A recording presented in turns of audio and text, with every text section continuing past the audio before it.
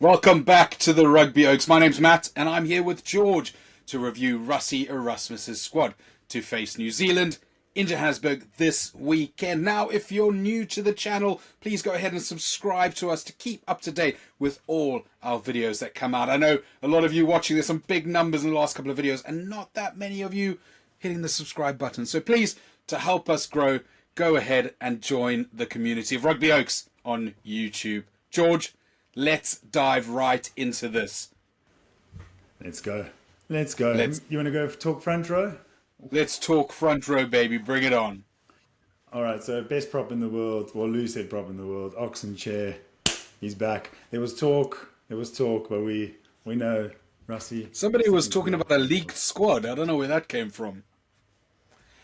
Well, it was the report. That classic newspaper had the whole internet talking for a while. But Ox, fair enough, keeps his place. Number 2, Bongi Umbanambi, of course, talking about whether it would be Bongi, whether it would be Malcolm. I predicted it would be Malcolm, if I'm honest. But Rassie's gone for Bongi. No surprises. Look, he's going to front up physically. He's going to smash them in the face. And maybe we'll talk about what Malcolm might do a little bit later on. A little bit later on. Yeah, and I mean he'll just tenderize them before Malcolm starts. He'll tenderize them with the Brine Master, Frans Malherbe, the most beautiful man in South African rugby. What an absolute legend, the most rated prop in the world, in my opinion. But again, no surprises with his selection there. What is surprising, George, from someone who maybe hasn't been keeping up to date with the news lately, is the lock situation. Pieter-Steph du Toit starting at number 4, pretty sure for the first time in his Springbok career, and Rowan Nokia at number 5. Because remember, Pieter-Steph, he played a bit at 5. He has played recently at 5 against Australia, but number 4, because there's a little bit of a lock crisis, isn't there, George? There is, but I mean, you know what? This is the beauty of this squad. We have got strength and depth, and not many teams have Oaks that can just, you can pluck, oh, you can play flank, next week you can play lock. There's not many teams in the world that can do that. No. So we're very lucky, and we've got quality. So we'll dive into the rest of the guys later, but we've got quality there. Those two guys, you've seen them play. They can go full games. They can gas people. So I think we'll be all right. I don't think we need to worry too much there. Yeah, so, look, Pieter-Steph du Toit, you could put him anywhere around the park. Pretty much, I reckon he'd do a job at 15 if he had to. But or on the wing, as he's been running those lines recently. But Rowan Nokia, obviously quite fresh. I think it's his 3rd cap. Played really well against Australia. We talked about it the last time we sat down together. There's also talk from him in the media recently that he's trying to be a bit more versatile. He knows what Rassie likes, and he's trying to spend a little time on flank and a little bit of time at lock. So playing his comfortable position, he's going to be bossing or calling the lineouts like he does over in the Bulls, and I'm really excited to see what he brings. Something else, George, that I'm excited about, it's a new back row trio. Springboks are always blessed with quality back row players, but there's a little bit of difference this time round, George. Yeah. What we got? We got old Ben Jason Dixon in the mix. He is he's Pieter-Steph du Toit 2.0. Unbelievable. He is. He is. It is amazing. I mean, every country in the world would probably beg to have a player like Pieter-Steph du Toit. We've got 2 of them, and that's no offense to Pieter-Steph du Toit. That's no offense to Ben Jason Dixon. They are almost carbon copies of each other.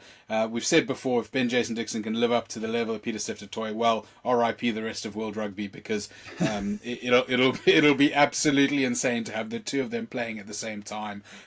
Obviously, Ben Jason, quite fresh to it. He's growing every game. That box shirt looks great on him. Every time he comes out to fight, he brings that energy, and he is getting better along the way. But he's joined by a couple of stalwarts. He's got Siya Kolisi at number 6, of course, Captain Courageous. No headlines there. But number 8, George, we've got Jasper Visser coming back from suspension. Experienced player, but he's been out for a couple of weeks. He has, but you know he would have been kept warm. He wouldn't have gone and chilled and had braais all day and clubbed the beers. He would have known that he's got this time off, focus, maybe do a bit of a tackle school, or not tackle school, it wasn't lifting people up in the air school. Brush yourself off, and he's going to come in hard. Yeah. I'd be petrified if I was a Kiwi. Do you think he had enough time to get his tooth put back in? No, that's for the end of the career. There's no need for we don't need teeth when we're playing rugby. We've got a gun. Well, that's it. Look, it'll be interesting to see if one thing about Jasper Visser that I've kind of worried is a strong word, but he's a player that, and I think Rassie agrees here because of how he plays him. He plays on confidence. He's a confidence player. He needs game time behind him, and maybe that's part of it. Put him in. We need 60, 70 minutes out of him this weekend to get him back to the level that we want him at. But to bring him in straight out of the cold, I know you say he's probably kept warm. I think it's pretty harsh on Alric Lowe, who will be on the bench, we'll talk about later. But Jasper, of course, he's been there, he's done that, he's going to bring that enforcing. And with players like Scott Barrett coming back into New Zealand and losing the likes of Evan Etzebeth, we need that muscle coming through. George? Yeah, I mean, sorry. I just wanted to quickly chip in here. Just with Jasper, maybe, and we'll talk about the bomb squad later, but maybe there's definitely method to the madness here, because if Jasper's not having a great game, you've got 6 of the best on the bench. Well, you know what I mean. We've got 16. Oh, absolutely. So we can pull him off, take him off, and we'll sort it out. Sort it out. We've definitely got the bench to take out. We'll talk about him later, but Kwagga Smith is definitely in the plan to come on, probably quite early in the second half anyway. But it'll be good to see Jasper have a little run on.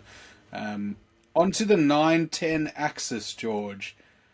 Not what I predicted. Not what I predicted at all. The exact opposite of what I predicted, but something very, very excited. Do you want to talk us through it? Listen, Kobus Reinach, tried and tested. He's bloody meals on wheels. He's quick. And he can get the ball out to Sasha, who's I wouldn't say just as quick, but he'll get the ball out to that incredibly fast backline. So these two guys together, you've got experience with the youth, match made in heaven. In my opinion, a lot of people will be like, "Are you stupid?" But no, I think it's a match made in heaven. And you've got the other. We'll get it again. We keep saying it. We'll get onto the bench later. But what you've got on the bench. Yeah, look, you've got the security blanket on the bench. If we need it, we will talk about that. But let's talk for a moment about Sasha Feinberg Mngomezulu. Get used to saying it. Get used to the name rolling off the tongue. We like to call him SFN in the rugby oaks, just to make life a little bit easier. But what will not be easy is the life of the Kiwi backs in Johannesburg. There's been a lot of talk in the media. I know what's the clown's name, Kerwin or whatever is from New Zealand. He's been talking about making sure that they focus on someone like Sasha, and I think that's absolutely right. We've got a generational talent. You know me, George. I do not like to talk people up, especially youngsters that come in and have a good couple of games, and he's had a great couple of games. But this guy is a generational talent. I believed Andre Polo should have started because I know nothing. Clearly, I know nothing. Rassie has a plan to keep Sasha pumping and going. And you know what? There's a part of me that's a little bit scared. But there's a really big part of me that's excited. And I cannot wait to watch him cook in that back line, which is absolutely incredible. George, but just talk us through what you've seen over the last couple of weeks with Sasha. Listen, when you're saying getting excited, before you play a rugby game, you need a little bit of pee to be coming out. Then you know you're excited. That's what I'm feeling right now. You need a little bit coming out there. There might be a patch on your shorts, but that's a good thing. So I'm excited. He is 22, and look at him play. He's just growing and growing, and he's a future leader. He's a leader already now. The last few weeks, look, he was human. He became human. We all saw him miss a couple of kicks. No, did he even miss? Yeah, he did. I think he missed one kick. That weather was atrocious. His style of play is phenomenal, and he was trying to play his natural game. Probably not the best. It was actually a game for Andre Pollard to start, and if that was a knockout game, you probably would have started Andre Pollard at this stage, right? Sasha might become that person, but it's not a knockout game. It was a nothing game. It was a game that we probably should have won by more points, and actually, it was worth testing and learning something about Sasha. And Sasha would have learned that would have been 1/5 of his Bok education right there. You know, Yeah. Pollard doesn't need that game time, so there's an argument for that. But he's going to cook, and he's going to cook with probably the best back line in the world. Ooh. Could be said. You said it. There might be some Irish that'll be crying into their potato soup, and there might be a couple of Kiwis that are looking to prove us wrong. But you know what? Kudley Orense, Damien Delander, Jesse Creel, Cheslin Colby, and a little bit of surprise at the end. Actually, not a surprise. That's unfair to say, because his form has been fantastic in a box shirt this season. His form for the Sharks last year was something that helped them win their maiden European trophy in the Challenge Cup. This is Aphelele Fassi, and it is time to board the Aphelele Fassi flight, more like it. It's actually Aphelele. Apparently, I've been corrected a couple of times, so apologize for the mispronunciation. But this guy, he's tall, he's quick, he's strong, and he takes those high balls like an absolute dream. George, what are your expectations of Fassi this weekend? Oh, the weekend special, safest hands in the game. I mean, I say that, safest hands for us at the moment. Guy can take an up and under like no one. He's quick. That back line, if you think about it, him, Chesy, Kirtley, that back trio is lightning. That's three. You put those three in the Olympics with Akani Simbini, we've got ourselves a medal again. You know what I mean? That is Listen, quick. that's a sevens team right there. Quite frankly, that's 5 of the 7 right there. My concern, I was going to start Villian, I predicted, if you've watched that. Another thing I made a mistake with. Because I love Villy. I think he's a great player. I think in a dynamic backline like that, he's really good to pull the strings. I also was very conservative with the first game against New Zealand. But again, I love the fact that Rassie's going, guys, we need to test these boys against the New Zealand opposition. And Fassi, hey, it's your time to shine. He's waited since 2021, scoring off debut in COVID against Georgia. He didn't get another chance until you and I watched him at Twickenham this season. That's 3 years. That's a World Cup he's missed out on. He could probably think he missed out in 2019 because he was playing well at that time, although he was not selected. So he's watched the Springboks fly without him, and he's gonna have the chomp between the bit between his teeth, ready to go and ready to really prove himself. And that's what I think has been the difference with Fassi this season. His head has been completely in the game. Yeah. He needed that. I suppose he needed this time with the box now. And Rassie's obviously, well, not just Rassie, the rest of the coaching staff as well, have had a word with him and said, look, we've got high hopes for you. I mean, you've seen it. It's been spoken about in the media this week. Let the boy cook. Let him cook. He's going to cook this week. The boys cook. I cannot wait to see it. But George, second half comes in. We've got a 6-2 split. We've talked about the bomb squad ad nauseum over the weeks and the months. We've gone 6-2, not 7-1, which is the first time we're doing that against New Zealand for a while. I think it's the 2 tests in a row, World Cup final, that glorious day where we beat them by a record amount in Twickenham, 100 points to 0, whatever it was. I think it was 35-7. Let's not get ahead of ourselves. But I was there with my 6-week-old son. I had to explain to him, this is not how your godchild. I explained to him, this is not how it usually goes. The next game he watched, incidentally, was the World Cup final, where we beat them too. So he's 2 for 2. Let's hope he'll be 3 for 3 at the end of this weekend. But anyway, I digress. Malcolm Marx in at 16. There was no other name to be called. In my opinion, best hooker in the world. I think it's most people's opinion as well. And to cook off the bench with the way they changed him over against Australia, he could get 50 minutes. They pulled him. They pulled Bongi off early in the game at Brisbane. So look for Marks to be making a hell of an impact off the bench early doors. The prop to talk about is Gerard Stennekamp. George, you're a front row expert. How do you assess this player? a man mountain. He's a big geezer. He's a big man, and he is raring to go. The debut back against Oz, I think last year it was. Argentina just before the World Cup. Yeah. Was it Argentina? Sorry, I knew it was a team with an A in it. But yeah, he is. He's immense, and I'm glad he's going to play because it's a dream for players to play against New Zealand, and he's getting to do it at home. And you can just imagine how he's fired up, and he's going to want to just scrum them binner in the so and so.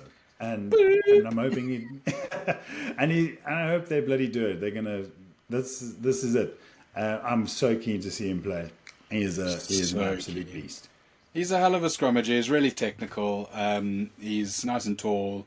He brings something different, completely different to Ox. Who's just a wrecking ball, the bar fridge. I think they used to call him back in the day. Vincent Koch, no surprises there. Just classy, day in, day out for the Springboks. Going to come in and take advantage of maybe a weaker front row in the second half for the All Blacks, whose front row stocks aren't what they were. I think it's fair to say. Eskom at number 19, Mark van Staden. He's just solid every time he plays for the Boks. Every time he plays for the Boks. Those bullocking runs are going to be essential, just knocking out some players in midfield. Elric Lowe, we talked about, a little bit unlucky maybe not to be starting, because I genuinely think he played really well in the last 2 games, albeit a completely different kettle of fish for the All Blacks. He's starting in a position, or is coming off the bench in a position where he probably won't play 8. He'll probably slot into flanker, where he's been playing for the Bulls quite a lot. So maybe Rassie just going, actually, we want to test him at flanker. We want to see how he rolls from that side. Is there an opportunity for Ben Jason Dixon to move into lock in the second half, and potentially Elric to go at number 7 and give those guys a chance to try those positions? Kwagga Smith at 8. Is there a player you are less excited to see running on? I mean, there's the old days. I used to love Kitsy running on. I used to love Oxenchair running on. But Kwagga Smith coming on, something's about to happen, and it's beautiful. He is a ball stealing machine, a try scoring machine as well. He's just something else. I mean, I think his time at Sevens molded him, and then he came into the box setup, and now he is just the complete battle orc, if that's the best way to describe him.